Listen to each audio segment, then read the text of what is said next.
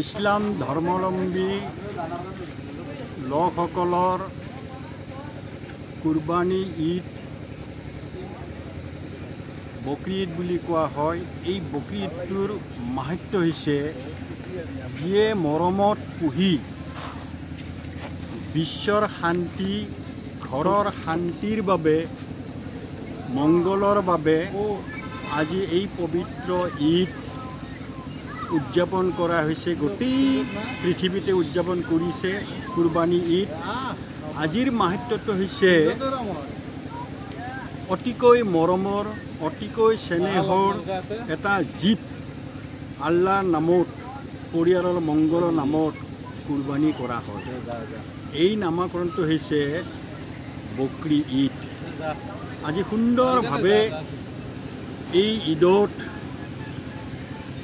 যিটো মানুহৰ গুনাহ যিটো পাপ মোচন, এই পাপ মোচনটোৰ ধুই নিয়াৰ বাবে আল্লাহৰ ওচৰত দোৱা কৰিছে ইছলাম ধৰ্মাৱলম্বীৰ লোকসকলে। আমি কি মই আশা ৰাখিছোঁ আজি এই পবিত্ৰ কুৰবানী ঈদত বিশ্বৰ নৰনাৰীৰ যিটো অমংগল সকলোকে শান্তিৰে বসবাস কৰাত সহায় কৰক। ইছলাম ধৰ্মাৱলম্বীৰ লগতেই বিশ্ব নৰনাৰী যাতে শান্তিৰে বসবাস কৰিব পাৰে এই পৃথিৱীত, সেইখিনি মই আহ্বান জনাইছোঁ এই পবিত্ৰ বকৰি ঈদৰ দিনা। আজি পবিত্ৰ ঈদুল আজহা আৰু আমি আশা কৰোঁ এই ঈদুল আজহাই ইয়াত ত্যাগৰ নিদৰ্শন, আজিৰ দিনটোৰ ইতিহাস যি ইছলামত আছে ত্যাগৰ নিদৰ্শন। আৰু মই ভাবোঁ এই ঈদুল আজহাই পৃথিৱীৰ সমগ্ৰ জাতি জনগোষ্ঠী মানৱ জাতিৰ কাৰণে, কেৱল মানৱ জাতি নহয় সমগ্ৰ বিশ্ব ব্ৰহ্মাণ্ডৰ সৃষ্ট জগতৰ কাৰণে এই শান্তি কঢ়িয়াই আনক তাৰ আমি আশা কৰিছোঁ। কেৱল মুছলমান নহয়, পৃথিৱীত যিমানবোৰ জাতি জনগোষ্ঠীৰ লোক আছে, যিমানবোৰ পক্ষী পক্ষীৰ পৰা আৰম্ভ কৰি বিশেষভাৱে আমি গ্ল'বেল ৱাৰ্মিঙৰ কথা ক'ম, ই সমগ্ৰ পৃথিৱীৰ কাৰণে ভয়ংকৰ ৰূপ লৈছে। এই সকলোবিলাকৰ কাৰণে আজিৰ এই ত্যাগৰ উৎসৱটোৱে সকলোৰ কাৰণে শান্তি কঢ়িয়াই আনক তাৰে আমি কামনা কৰিছোঁ বিশেষভাৱে।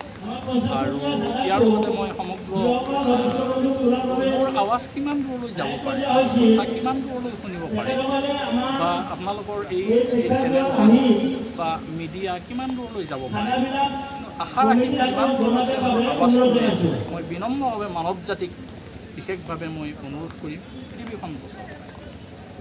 এই বিশ্বখন এই পৃথিৱী যিটো গ্ৰহ এইটোত আমি বসবাস কৰি আছোঁ, আমাৰ ভৱিষ্যত প্ৰজন্ম ইয়াতেই থাকিব লাগিব, ইয়াতেই আহিব। গতিকে পৃথিৱীখন বচাব লাগিব।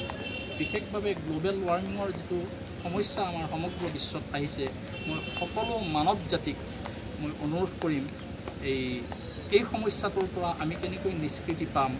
আমি যিমানবোৰ গছ লতা কটাৰ যিটো বিভিন্ন ধৰণে আমি কাটিছোঁ, ধ্বংস কৰিছোঁ, বন ধ্বংস কৰি আছোঁ, পাহাৰ ধ্বংস কৰি আছোঁ, কেৱল কিছু খুচিৰ কাৰণে কিছু শান্তিৰ কাৰণে ঘৰ বনাম কংক্ৰিট দি ভৰাই পেলাইছোঁ। এই গোটেইবিলাক কথা, যিমানবোৰ ফেক্টৰী হৈছে, যিমানবোৰ আমি টেকন'লজিয়ে যিমানবোৰ আমাক আগবঢ়াই লৈ গৈছে তাৰ আমি এক্সপেৰিমেণ্ট কৰি আছোঁ। আৰু তাৰ কাৰণে গোটেই সমগ্ৰ পৃথিৱীৰ যিটো সৃষ্টি আৰু প্ৰকৃতিৰ আমি যিটো ধ্বংসলীলা চলাইছোঁ, মই সকলো অনুৰোধ জনাম আমি গছ বেছি বেছিকৈ ৰুব লাগে। আৰু বিশেষভাৱে আমি এই গ্ল'বেল ৱাৰ্মিঙৰ যিটো সমস্যা, এই সমস্যাটোৰ বিৰুদ্ধে প্ৰতিজন মানুহেই যুদ্ধ কৰিব লাগে। নহ'লে আমি কিছু বছৰ পিছত আৰু ইয়াতে আমিও নাবাচিম, আমাৰ ভৱিষ্যত প্ৰজন্ম নাবাচিব আৰু ইয়াতে জীৱ জন্তু কোনোৱে নাবাচিব। এইকাৰণে মই সমগ্ৰ মানৱ জাতিক বিশেষভাৱে গ্ল'বেল ৱাৰ্মিঙৰ ক্ষেত্ৰত সচেতন হ'বৰ কাৰণে অনুৰোধ জনাওঁ।